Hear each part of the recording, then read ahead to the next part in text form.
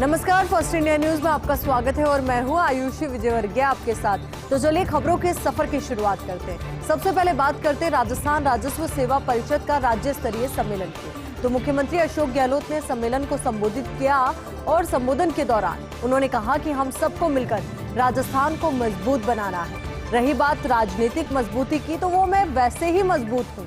3 बार मुख्यमंत्री बन गया। मैं कहना चाहता हूँ अभी कांग्रेस की देश भर में क्या स्थिति है, इस पर मंथन होना चाहिए। मुख्यमंत्री गहलोत ने तालियां कम बजने पर चुटकी भी ली और कहा कि यहाँ आरएसएस के भी लोग बैठे होंगे, फिर इतनी जोर से तालियां बजी। मुझे कोई दिक्कत नहीं, यहाँ सभी विचारधारा के कर्मचारी होंगे, होने भी चाहिए, यही लोकतंत्र है। तो वहीं पता नहीं आरएसएस का नाम लेते ही लाइट को भी क्या हो गया, ये बड़ा सवाल भी उन्होंने बोला और कहा कि फिर बिजली हुई गुल। मीडिया में चर्चा चलती रहती है, सरकार या मुख्यमंत्री बदल रहा, लेकिन आप लोग चिंता मत करो, मेरा इस्तीफा तो परमानेंट सोनिया गांधी के पास है। अगर कुछ होगा तो लोगों को कानो कान पता ही नहीं चलेगा। तो राजस्थान राजस्व सेवा परिषद का राज्य स्तरीय सम्मेलन, जिसको मुख्यमंत्री अशोक गहलोत ने संबोधित किया। संबोधन के दौरान उन्होंने कहा कि हम सबको मिलकर राजस्थान को मजबूत बनाना है। रही बात राजनीतिक मजबूती की, तो वो मैं वैसे ही मजबूत हूँ। 3 बार मुख्यमंत्री बन गया। मैं कहना चाहता हूँ अभी कांग्रेस की देश भर में क्या स्थिति है, इस पर मंथन होना चाहिए। मुख्यमंत्री अशोक गहलोत ने तालियां कम बजने पर चुटकी भी ली और कहा यहाँ आरएसएस के भी लोग बैठे होंगे, फिर जोर से तालियां बजी। तो वहीं उन्होंने आगे कहा कि मुझे कोई दिक्कत नहीं, यहाँ सभी विचारधारा के लोग होंगे, कर्मचारी होंगे, उन्हें भी चाहिए, यही लोकतंत्र है। पता नहीं आरएसएस का नाम लेते ही लाइट को भी क्या हो गया, ये सवाल भी पूछा उन्होंने और कहा कि फिर बिजली गुल हो गई। मीडिया में चर्चा चलती रहती है, सरकार या मुख्यमंत्री बदल रहा है, लेकिन आप लोग चिंता मत करो, मेरा इस्तीफा तो परमानेंट सोनिया गांधी के पास है। अगर कुछ होगा तो लोगों को कानो कान पता ही नहीं चलेगा। पंजाब में आम आदमी पार्टी सरकार पर मुख्यमंत्री अशोक गहलोत का निशाना। सीएम गहलोत ने ट्वीट कर पंजाब सरकार पर निशाना साधा। उन्होंने कहा कि पंजाब में आम आदमी पार्टी सरकार भी भाजपा के कदमों पर चल रही है। पंजाब पुलिस ने राजनीतिक बयानों को लेकर अलका लांबा, डॉक्टर कुमार विश्वास पर मामला दर्ज कर इसे साबित किया है। राजनीतिक विरोध को पुलिस से दबाने का अलोकतांत्रिक प्रयास करने की होड़ देखने को मिल रही है। भाजपा और आम आदमी पार्टी में लगी हुई है ये होड़। लोकतंत्र में ये स्वीकार्य नहीं है, तो लोकतंत्र में ये स्वीकार नहीं है, ये कहना है मुख्यमंत्री अशोक गहलोत का। उन्होंने पंजाब में आम आदमी पार्टी पर की जो सरकार है उस पर निशाना साधा है। उन्होंने कहा है कि जो ट्वीट के जरिए निशाना साधते हुए कि पंजाब में आम आदमी पार्टी सरकार भी भाजपा के कदमों पर चल रही है। पंजाब पुलिस ने राजनीतिक बयानों को लेकर अलका लांबा, डॉक्टर कुमार विश्वास पर मामला दर्ज कर इसे साबित किया है। राजनीतिक विरोध को पुलिस से दबाने का अलोकतांत्रिक प्रयास करने की होड़ है। भाजपा और आम आदमी पार्टी में ये होड़ लगी हुई है, लोकतंत्र में ये स्वीकार्य नहीं है। अब बात करते हैं जिग्नेश मेवानी के गिरफ्तारी के प्रकरण की। तो मुख्यमंत्री अशोक गहलोत ने ट्वीट कर निशाना साधा है और कहा है कि गुजरात विधायक जिग्नेश मेवानी को प्रधानमंत्री के विरोध में ट्वीट करने पर असम पुलिस द्वारा गिरफ्तार करना सत्ता का दुरुपयोग है।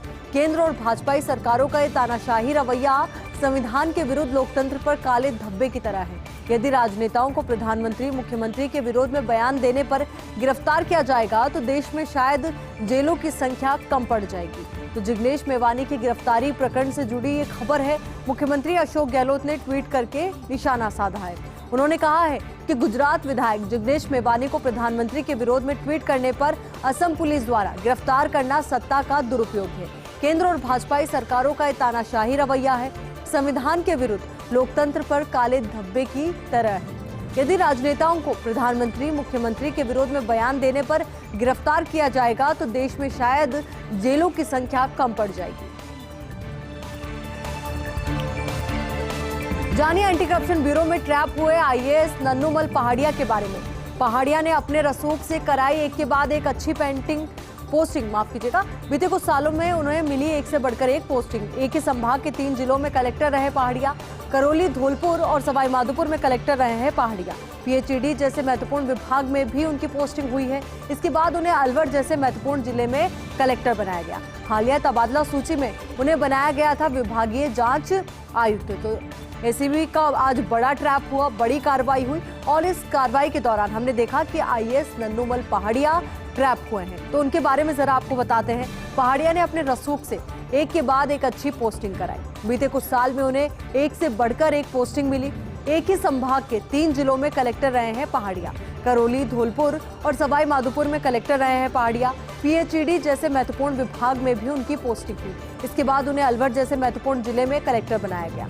हालिया तबादला सूची में उन्हें बनाया गया था विभागीय जांच आयुक्त। प्रदेश में घूसखोरों पर कसता जा रहा है एंटी करप्शन ब्यूरो का शिकंजा।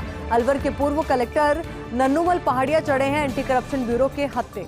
आरएएस अशोक सांखला और दलाल नितिन को भी दबोचा है एंटी करप्शन ब्यूरो ने। तीनों को 5 लाख रुपए की रिश्वत लेते ट्रैप किया गया है। परिवादी को 16 लाख रुपए की रिश्वत मांगकर किया जा रहा था परेशान।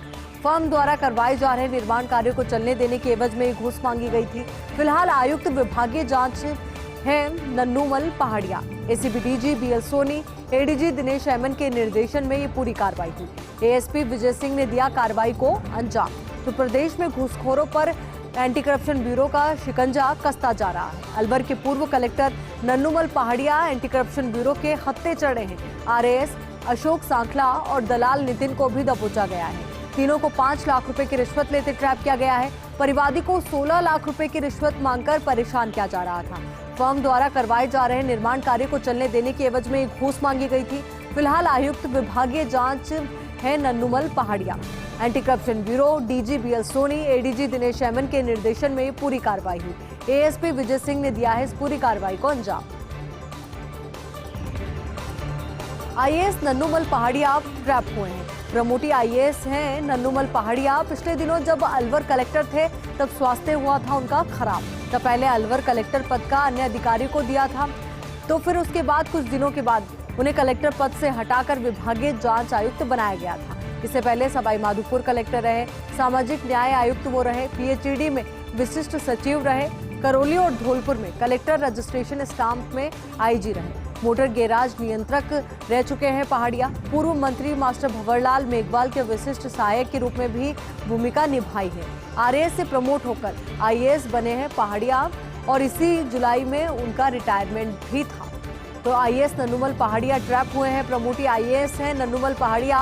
पिछले दिनों जब अलवर कलेक्टर थे तब स्वास्थ्य उनका खराब हो गया था। तब पहले अलवर कलेक्टर पद का अन्य अधिकारी को सौंप दिया गया था कार्यभार। फिर कुछ दिनों के बाद उन्हें कलेक्टर पद से हटाकर विभागीय जांच आयुक्त बनाया गया था। इससे पहले सवाई माधोपुर कलेक्टर, सामाजिक न्याय आयुक्त, पीएचईडी में विशिष्ट सचिव, करौली और धौलपुर में कलेक्टर, रजिस्ट्रेशन स्टाम्प में आईजी, मोटर गैराज नियंत्रक रह चुके हैं पहाड़िया। पूर्व मंत्री मास्टर भंवरलाल मेघवाल के विशिष्ट सहायक के रूप में भी भूमिका निभाई है। आरएएस से प्रमोट होकर आईएएस बने हैं पहाड़िया और इसी साल जुलाई में उनका रिटायरमेंट भी था।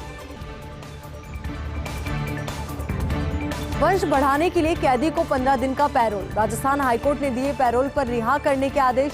वंश बढ़ाने के लिए पत्नी ने हाईकोर्ट में दी थी याचिका। हाईकोर्ट की खंडपीठ ने मंजूर की महिला की याचिका।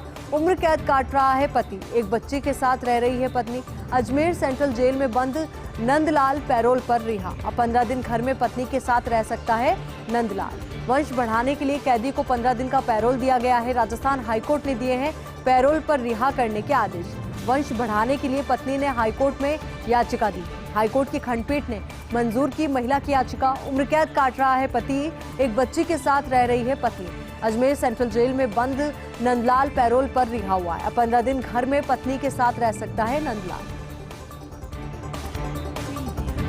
गौशालाओं के संधारण के लिए 358 करोड़ रुपए की राशि स्वीकृत की गई है। गोवंश के भरण पोषण हेतु जनवरी से मार्च की सहायता राशि स्वीकृत की गई है। गोपालन मंत्री प्रमोद जनभाया ने आज एक प्रतिनिधि मंडल को दी है जानकारी। राजस्थान गौ सेवा समिति के प्रतिनिधि मंडल ने मंत्री भाया से कहा, आज गेहूं के तूड़े के भाव 10 से 12 रुपए प्रति किलो हो चुके हैं। इस कारण गोवंश का भरण पोषण करना कठिन हो रहा है। महंगाई के चलते गौ सेवकों को गायों को पालने में दिक्कतें हो रही है। इसके लिए प्रतिनिधि मंडल ने मंत्री से सहायता राशि दिलाने की मांग की है। कार्रवाई करने के लिए गोपालन मंत्री ने गौशालाओं को तुरंत राशि स्वीकृत कराई। प्रतिनिधि मंडल ने गौशालाओं की सहायता राशि की अवधि बढ़ाने को कहा है। 6 से बढ़ाकर अवधि को 9 माह करने के लिए मंत्री से आग्रह किया है। तो गौशालाओं के संधारण के लिए 358 करोड़ रुपए की राशि स्वीकृत की गई है। गोवंश के भरण पोषण हेतु जनवरी से मार्च की सहायता राशि स्वीकृत की गई है। गोपालन मंत्री प्रमोद जैन भाया ने आज एक प्रतिनिधि मंडल को जानकारी दी। राजस्थान गौ सेवा समिति के प्रतिनिधि मंडल ने मंत्री भाया से कहा, आज गेहूं के तूड़े के भाव 10 से 12 रुपए प्रति किलो हो चुके हैं। इस कारण गोवंश का भरण पोषण करना कठिन हो रहा है। महंगाई के चलते गौ सेवकों को गायों को पालने में दिक्कतें हो रही है। इसके लिए प्रतिनिधि मंडल ने मंत्री से सहायता राशि दिलाने की मांग की। कार्रवाई करते हुए गोपालन मंत्री ने गौशालाओं को तुरंत राशि स्वीकृत कराई। प्रतिनिधि मंडल ने गौशालाओं की सहायता राशि की अवधि बढ़ाने को कहा है। 6 से बढ़ाकर अवधि को 9 माह करने के लिए मंत्री से आग्रह भी किया गया है। मंत्री प्रताप सिंह खाचरियावास ने बीजेपी पर निशाना साधा है। उन्होंने कहा कि सोशल मीडिया का गलत उपयोग किया जा रहा है। महंगाई पर कंट्रोल, गरीबी, बेरोजगारों को रोजगार मिलना चाहिए। रामनवमी पर शांति से यात्रा निकाली गई, लेकिन बीजेपी गलत कर रही है। बीजेपी को बताना चाहिए रामगढ़ में इनका बोर्ड है, तो वहीं बीजेपी को माफी मांगनी चाहिए। ये हिंदू मुसलमान को लड़वाना चाहते हैं। रामगढ़ में जो मंदिर तोड़ा है उसके लिए पूरी तरीके से बीजेपी जिम्मेदार है। भारतीय जनता पार्टी पूरे प्रदेश में दंगे करवाने का षड्यंत्र कर रही है। सोशल मीडिया का इस्तेमाल कर भाजपा प्रदेश का माहौल बिगाड़ना चाहती है। भाजपा हारी हुई बाजी को जीतना चाह रही है। अब भाजपा को कांग्रेस का कार्यकर्ता मुंहतोड़ जवाब देगा। मंत्री प्रताप सिंह खाचरियावास का बीजेपी पर निशाना। उन्होंने कहा कि सोशल मीडिया का गलत उपयोग किया जा रहा है। महंगाई पर कंट्रोल करना चाहिए। गरीबी, बेरोजगारों को रोजगार मिलना चाहिए। रामनवमी पर शांति से यात्रा निकाली गई, लेकिन बीजेपी गलत कर रही है। बीजेपी को बताना चाहिए कि जहां पर इस तरीके की घटनाएं हुई है या फिर कहें जहां पर मंदिर तोड़ा गया है वहां पर बीजेपी का बोर्ड है। बीजेपी को माफी मांगनी चाहिए। ये हिंदू मुसलमानों को लड़वाना चाहते हैं।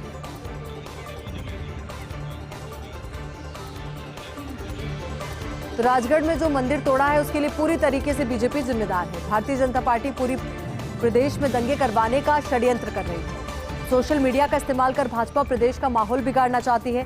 भाजपा हारी हुई बाजी को जीतना चाह रही है। अब भाजपा को कांग्रेस का कार्यकर्ता मुंहतोड़ जवाब देगा। तो मंत्री प्रताप सिंह खाचरियावास का बीजेपी पर निशाना। उन्होंने कहा कि सोशल मीडिया का गलत उपयोग किया जा रहा है। महंगाई पर कंट्रोल करना चाहिए, गरीबी पर कंट्रोल करना चाहिए, तो वहीं बेरोजगारों को रोजगार भी मिलना चाहिए।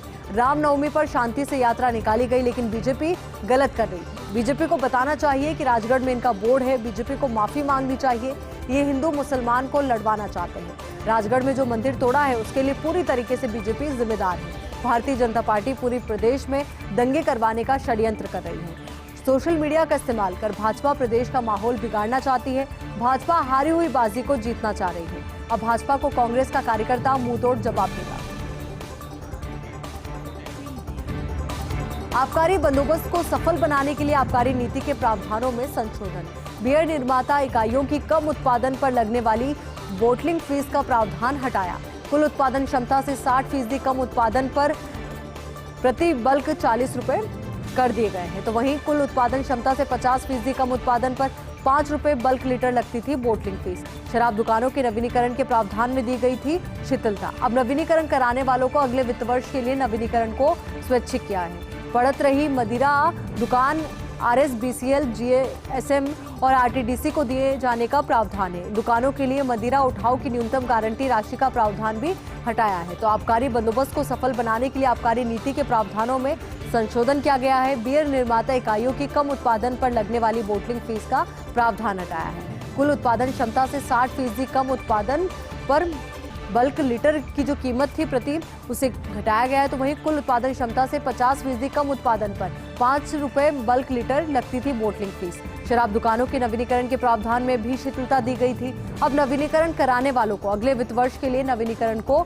स्वैच्छिक किया है। बढ़त रही मदिरा दुकान RSBCL, GSM और RTDC को दिए जाने का प्रावधान है। इन दुकानों के लिए मदिरा उठाव की न्यूनतम गारंटी राशि का प्रावधान भी हटाया है। 25 जिलों के 100 से अधिक अधिकारियों पर कार्रवाई की तलवार लटकी है। आबकारी आयुक्त झूठे वादे करने वाले अधिकारियों से नाखुश है। 25 जिलों के DEO ने 20 अप्रैल की नीलामी के लिए किया था झूठा वादा। 20 अप्रैल की नीलामी में शेष रही दुकानों में से 50% के उठाव का वादा, लेकिन 20 अप्रैल को 1563 में से उठी इन जिलों में महज 388 दुकान। जिन जिलों ने सच कहा कि नहीं उठ पाएंगी 50% दुकान, उन्हें रखा था नीलामी से बाहर। अजमेर, चित्तौड़, धौलपुर, झालावाड़, प्रतापगढ़, गंगानगर, टोंक, उदयपुर, बारां को छोड़ा। अब झूठे वादे करने वालों पर विभाग सख्त कार्रवाई के मूड में है। ऐसे में अब इन जिलों के डीईओ व निरीक्षकों को जारी किए जाएंगे नोटिस। कुछ को एपीओ करने की तैयारी है। जल्दी विभाग में नॉन परफॉर्मर्स को फील्ड से छुट्टी भी मिल जाएगी। तो जल्दी विभाग में जो नॉन परफॉर्मर्स हैं उन पर एक्शन भी लिया जाएगा। 25 जिलों के 100 से अधिक अधिकारियों पर कार्रवाई की तलवार लटकी है। आबकारी आयुक्त झूठे वादे करने वाले अधिकारियों से नाखुश है। 25 जिलों के डीईओ ने 20 अप्रैल की नीलामी के लिए झूठा वादा किया था। 20 अप्रैल की नीलामी में शेष रही दुकानों में से 50% के उठाव का वादा, लेकिन 20 अप्रैल को 1563 में से उठी इन जिलों में महज 388 दुकान। जिन जिलों ने सच कहा कि नहीं उठ पाएंगी 50% दुकान, उन्हें रखा था नीलामी से बाहर। अजमेर, चित्तौड़, धौलपुर, झालावाड़, प्रतापगढ़, गंगानगर, टोंक, उदयपुर, बारां को छोड़ा है। तो वहीं अब झूठे वादे करने वालों पर विभाग सख्त कार्रवाई के मूड में है। ऐसे में अब इन जिलों के डीईओ व निरीक्षकों को जारी किए जाएंगे नोटिस। कुछ को एपीओ करने की तैयारी है। जल्दी विभाग में नॉन परफॉर्मर्स की फील्ड में से छुट्टी होगी। जयपुर के विद्याधर नगर में आग से बचाव के 2 हीरो। आज विद्याधर नगर थाने के 2 पुलिसकर्मियों ने दिखाया गजब का हौसला। आग के बीच फ्लैट्स में रह रहे लोगों को सुरक्षित निकाला। पिछले हिस्से में आग और धुएं के गुब्बार के बीच फंसे हुए थे कुछ लोग। पीछे से सीढ़ी लगाकर अशोक और महेश चढ़े ऊपरी मंजिल पर। दूसरी मंजिल पर फ्लैट 203 में एक परिवार के 4 सदस्यों को सुरक्षित निकाला। चौथी मंजिल पर फ्लैट 410 में एक 75 वर्षीय बुजुर्ग महिला थी अंदर फ्लैट में। उन्हें चलने में भी तकलीफ थी, तो उन्हें उठाकर सबसे ऊपरी फ्लोर पर ले गए। बाद में बालकनी में ठहरे हुए लोगों को सुरक्षित रेस्क्यू टीम ने निकाला। दोनों के हौसले की कांग्रेस नेता सीताराम अग्रवाल ने सराहना की है। करीब 2 घंटे में 10 दमकलों की मदद से आग बुझाई गई। पुलिस के सजग प्रयासों से आग की इस बड़ी घटना में नहीं हुई कोई जनहानि। तो जयपुर के विद्याधर नगर में आग से बचाव के 2 हीरो आज देखे गए। आज विद्याधर नगर थाने के 2 पुलिसकर्मियों ने गजब का हौसला दिखाया। आग के बीच फ्लैट्स में रह रहे लोगों को सुरक्षित बाहर निकाला। पिछले हिस्से में आग और धुएं के गुब्बार के बीच फंसे हुए थे कुछ लोग। पीछे से सीढ़ी लगाकर अशोक और महेश ऊपरी मंजिल पर चढ़े। दूसरी मंजिल पर फ्लैट 203 में एक परिवार के 4 सदस्यों को सुरक्षित बाहर निकाला। तो वहीं चौथी मंजिल पर फ्लैट नंबर 410 में एक 75 वर्षीय बुजुर्ग महिला अंदर फ्लैट में ही फंस गई थी। उन्हें चलने में भी तकलीफ थी, तो उन्हें उठाकर सबसे ऊपरी फ्लोर पर ले गए। बाद में बालकनी में ठहरे हुए लोगों को सुरक्षित रेस्क्यू टीम ने निकाला। दोनों के इस हौसले की कांग्रेस नेता सीताराम अग्रवाल ने सराहना की है। करीब 2 घंटे में 10 दमकलों की मदद से आग बुझाई गई। तो पुलिस के सजग प्रयासों से आग की इस बड़ी घटना में कोई जनहानि नहीं हुई। गनीमत यही रही कि आज जो घटना सामने आई, आग का तांडव देखने को मिला, तो ऐसे में कोई जनहानि नहीं हुई। तो वहीं जयपुर के विद्याधर नगर में आग से बचाव के 2 हीरो देखने को मिले। आज विद्याधर नगर थाने के 2 पुलिसकर्मियों ने गजब का हौसला दिखाया। आग के बीच फ्लैट्स में रह रहे लोगों को सुरक्षित निकाला गया। पिछले हिस्से में आग लगी और धुएं के गुब्बार के बीच कुछ लोग फंस गए थे। पीछे से सीढ़ी लगाकर अशोक और महेश ऊपरी मंजिल पर चढ़ गए। दूसरी मंजिल पर फ्लैट नंबर 203 में एक परिवार के 4 सदस्यों को सुरक्षित निकाला गया। तो वहीं चौथी मंजिल पर फ्लैट नंबर 410 में एक 75 वर्षीय बुजुर्ग महिला अंदर फ्लैट में फंसी हुई थी। उन्हें चलने में भी तकलीफ थी, तो उन्हें उठाकर सबसे ऊपरी फ्लोर पर ले गए। बाद में बालकनी में ठहरे हुए लोगों को सुरक्षित रेस्क्यू टीम ने निकाला। दोनों के इस हौसले की कांग्रेस नेता सीताराम अग्रवाल ने सराहना की। करीब 2 घंटे में 10 दमकलों की मदद से आग बुझाई गई। पुलिस के सजग प्रयासों से आग की इस बड़ी घटना में कोई जनहानि नहीं हुई।